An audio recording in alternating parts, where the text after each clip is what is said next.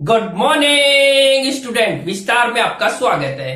तो हम पढ़ रहे थे एनसीईआरटी मैथ कर रहे हैं क्लास 11 की ट्रिग्नोमेट्रिक फंक्शन। तो उसमें बेसिक बेसिक पढ़ रहे थे अपन एंगल्स के बारे में। एंगल को इंटर कन्वर्ट करना सीख रहे थे कि उसको पाई सॉरी डिग्री को किस रेडियन में और रेडियन को डिग्री में कन्वर्ट करना सीख रहे हैं। साथ ही साथ अपन ने वॉच प्रॉब्लम पढ़ी थी कि क्लॉक की जो हैंड्स होती है यानी कि घड़ी की सुइयां होती हैं वो कितना कितना एंगल बनाएंगे 1 मिनट में, 1 सेकंड में या 1 आवर में। ठीक है, ये अपन ने पढ़ लिया था बेसिक बेसिक। तो इसी के बेसिस पे एक एग्जांपल है, क्या दे रखा है एग्जांपल नंबर 4। तो आप यहाँ पे मेंशन कर सकते हैं कि एनसीईआरटी मैथ है। आप यहाँ पे मेंशन कर सकते हो एनसीईआरटी मैथ क्लास 11। ठीक है, ये आपका बेसिक तैयार हो रहा है जेई के लिए। ठीक है, आप इसको थोड़ा केयरफुली पढ़ना। क्या दे रखा है, the minute hand of A watch is 1.5 centimetre long, how far does it tips move in 40 minute. ठीक है, क्वेश्चन समझो कि जो मिनट हैंड है किसी वॉच की, उसकी लंबाई कितनी है 1.5 सेंटीमीटर लो। तो समझ रहा, मान लो ये अपनी वॉच रही होगी। ठीक है, डायग्राम में थोड़ा सा एडजस्ट कर लेना, प्रॉपर सर्कल बन नहीं पाता है। ठीक है, ये मान लो ये अपनी वॉच है, ये इसकी मिनट हैंड है, ये क्या है इसकी मिनट हैंड है मान लो। ठीक है, तो इसकी जो लंबाई दे रखी है ये वाली, ये कितनी है 1.5 सेंटीमीटर। तो जब ये ऐसे रोटेट करेगी, ऐसे ये इसकी टिप ऐसे मूव करेगी तो क्या बनेगा, एक सर्कल बनेगा ना। क्या बनेगा, एक सर्कल बनेगा। यानी कि एक्चुअल में जितनी लेंथ होती है मिनट हैंड की सुई, जो लेंथ ऑफ मिनट हैंड होगी वो क्या रेडियस को बताएगा, लेंथ ऑफ मिनट हैंड क्या बताएगा, उसकी रेडियस को बताएगा कि नहीं बताएगा। क्योंकि क्या बन रहा है, एक सर्कल बन रहा है। क्योंकि यहाँ पे तो फिक्स किया हुआ है इसने, जो भी मिनट हैंड होती है या सेकंड हैंड होगी या आवर हैंड होगी, वो हर एक सुइया यहाँ पे फिक्स होती है ना। और फिर वो ऐसे रोटेट करती है। तो यानी कि अपनी क्लॉक्स की जो हैंड्स होती है यानी कि घड़ी की जो सुइया होती है, उनकी लेंथ हमेशा किसको बताएगी, रेडियस को बताएगी। तो मैं यहाँ से कंफर्म कह सकता हूँ कि रेडियस ऑफ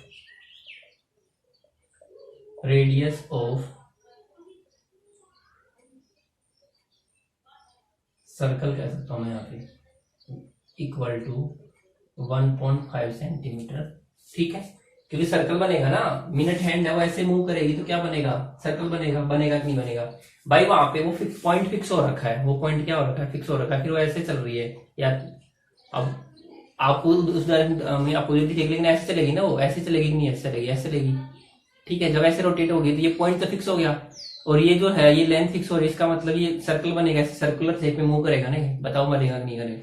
इसका मतलब ये क्या बताना चाह रहा है, ये रेडियस को बता रहा है, किसको बता रहा है। तो जब भी वो लेंथ होगी, चाहे वो मिनट हैंड हो, चाहे सेकंड हैंड हो, चाहे आवर हैंड हो, उसकी लेंथ हमेशा किसको रिप्रेजेंट करेगी, वो रेडियस को रिप्रेजेंट करेगी। सर्कल की रेडियस को रिप्रेजेंट करेगी। ठीक है, तो ये तो रेडियस आ गई। अगला देखो, अब इसने पूछा है how far does it tips, इसकी टिप्स कितना मूव करेगी 40 मिनट में। इसकी जो टिप होगी यानी कि ये टिप 40 मिनट में कितना मूव कर जाएगी 40 मिनट में, यानी कि ये डिस्टेंस पूछी है। यानी कि क्या पूछा है, लेंथ ऑफ आर पूछा है उसने, लेंथ ऑफ क्या पूछा है, आर की। इसकी जो ये टिप होगी वो 40 मिनट में कितना मूव कर जाएगी, यानी कि ये वाली लेंथ पूछी उसने, ये वाली लेंथ पूछी। तो हम जानते हैं, वी नो दैट, अब यहाँ पे वो कॉन्सेप्ट यूज आएगा जो मैंने आपको कल बताया था। We know that minute hand, या फिर ऐसे लिखो, we know that in 1 minute hand move, कितनी मूव करती है 6 डिग्री। 1 मिनट में कितना मूव कर दिया है 6 डिग्री। मिनट जो हैंड होगी, ये आपको वो बात रिलेशन याद रखना है कि मिनट हैंड 1 मिनट में कितना मूव कर जाएगी 6 डिग्री। तो 40 मिनट में कितना हो जाएगा, सो इन 40 मिनट इट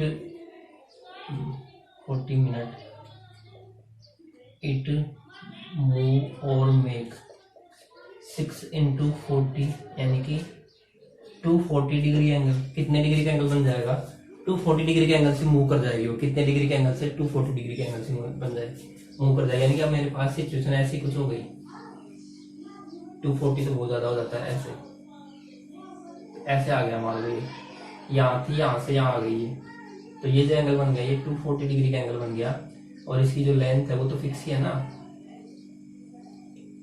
ये लेंथ है 1.5 सेंटीमीटर। तो उसने ये वाली पूछी है कि ये आर कितनी हो जाएगी, ये वाली आर कितनी हो जाएगी, उसने ये आर पूछी है। तो 240 डिग्री में आ गया। तो हमें पता है कि अगर लेंथ ऑफ आर पूछी है तो एंगल भी किस में होना चाहिए, रेडियन में। तो इसको किस में कन्वर्ट करेंगे, रेडियन में कन्वर्ट कर लेंगे। यहाँ पे किस में कन्वर्ट कर लेंगे, रेडियन में। तो 4 रेडियन क्या आ जाएगा, पाई अपॉन में 180 इंटू में 240। ठीक है, तो देखते हैं कितना आ जाएगा। 0 से 0 कट गया, 6 चौका 24, 36 18, 4 pi by 3 radian, 4 pi by 3 radian आ गया। ठीक है, इतना रेडियन आ गया। अब क्लियर इतना, अब इतना रेडियन आ गया तो बस अब सीधे सीधे रिलेशन लगा देंगे, angle equal to arc upon radius. ये होता है angle will be arc upon radius. यहाँ से आर्क पूछी है, लेंथ ऑफ आर्क पूछी है ना, arc will be angle into radius. Angle into क्या आ जाएगा, रेडियस। एंगल कितना आ गया, 4 पाई बाई 3, रेडियस कितनी दे रखी है 1.5 सेंटीमीटर। अब पाई की वैल्यू आप 22/7 यूज कर लो, डिवाइड में 3 इंटू में 1.5। देखो डेसिमल को हटा दो, 10 आ गया। एक नंबर के बाद में डेसिमल है तो डिवाइड में 10 आ जाएगा।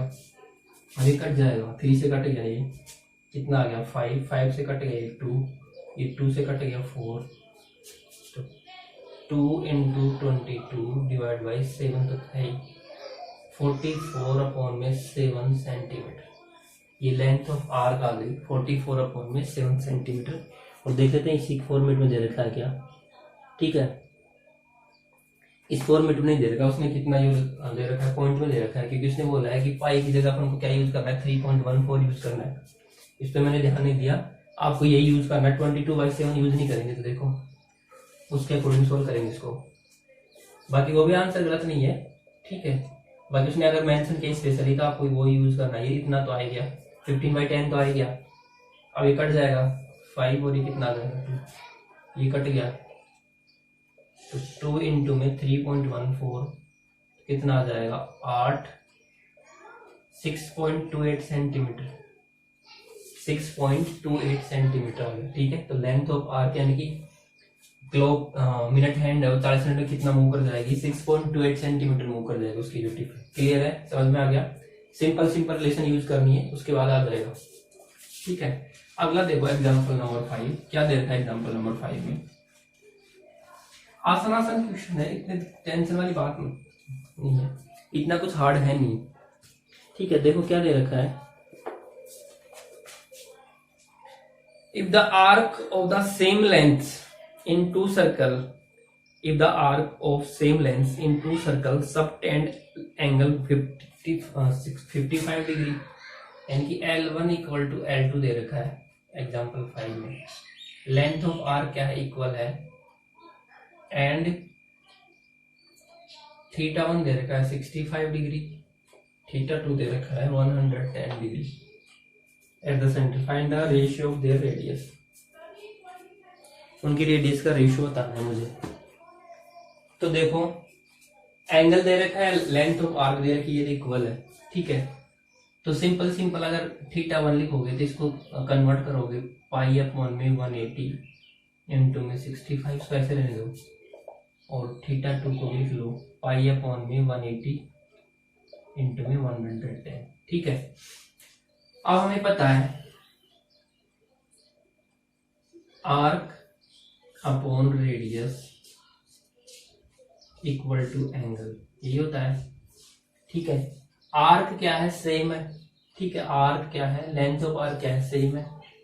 तो यहां से आर्क इक्वल टू क्या आ जाएगा, रेडियस इंटू में एंगल आ जाएगा, आएगा तो नहीं आएगा। अब यहाँ पे पुट कर दो इसको, L1 equal to R1 into में θ1, और L2 इक्वल टू क्या कह सकता हूँ, R2 इंटू में θ2 कह सकता हूँ ना। यहाँ से arc upon radius equal to angle होता है, तो यहाँ से आर्क निकाले तो रेडियस तो जाके मल्टीप्लाई हो जाएगा। क्लियर है, अब ये रिलेशन यहाँ पे पुट कर दो, तो L1 divided by L2 equal to क्या आ जाएगा, R1 θ1 अपॉन में R2 θ2। ये तो इक्वल है, L1 इक्वल टू L2 ना, लेंथ ऑफ आर्क दोनों की क्या है, सेम है, लेंथ ऑफ आर्क दोनों की क्या है, सेम है, तो ये तो 1 आ गया, उसी नंबर को उसी से डिवाइड करके 1 आ जाएगा ना। R1 मुझे पता नहीं है, θ1 कितना दे रखा है, पाई अपॉन में 180 इंटू में 65, ये कितना आ जाएगा R2, पाई अपॉन में 180 इंटू में 110। देखो क्या आ जाएगा, पाई अपॉन में 180 दोनों में है, कट जाएगा, कट गया, क्लियर।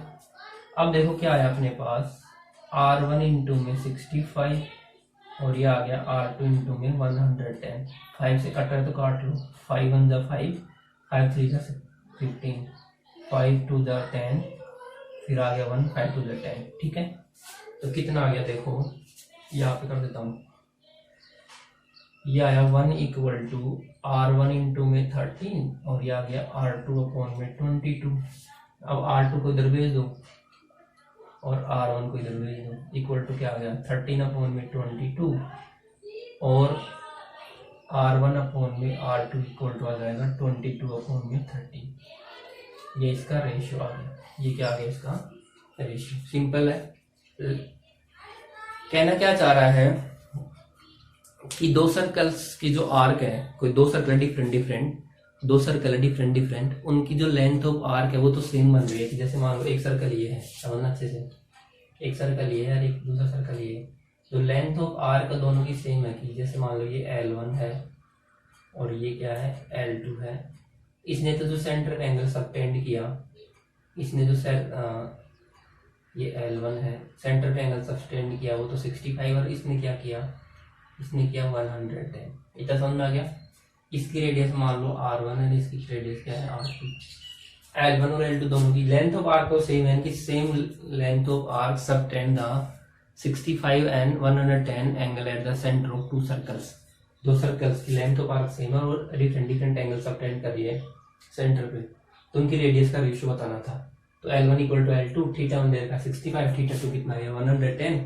ये रिलेशन मुझे पता है, आर्क अपॉन रेडियस क्या होता है एंगल, यहाँ से आर निकालिए मैंने, आर इक्वल टू क्या आ जाएगा रेडियस इंटू एंगल। तो फर्स्ट वाले सर्कल के लिए लेंथ ऑफ आर को मैंने L1 कह दिया, सेकंड वाले के लिए L2 कह दिया। फर्स्ट वाले के लिए रेडियस को R1, इसको R2, θ1 θ2, ठीक है। दोनों को डिवाइड कर दिया, डिवाइड करने पर 1 आ गया। क्यों आ गया, क्योंकि दोनों L1 और L2 दोनों क्या इक्वल है, तो उसी नंबर को इसी से डिवाइड करेंगे तो 1 आ जाएगा, ठीक है। यहाँ पे वैल्यू पुट कर दी, आंसर आ गया, ठीक है। क्लियर इतना, तो आई थिंक आपको समझ में आ गया होगा। तो ये अपन एग्जाम्पल कंप्लीट कर लिए हैं। फिर भी अगर कोई डाउट रह जाता है किसी कॉन्सेप्ट में तो मुझे कमेंट कर दीजिएगा, मैं आपको फिर से एक्सप्लेन कर दूंगा उस कॉन्सेप्ट को। अगले लेक्चर में अपन एक्सरसाइज करने वाले हैं। आज के लिए बस इतना ही, थैंक यू।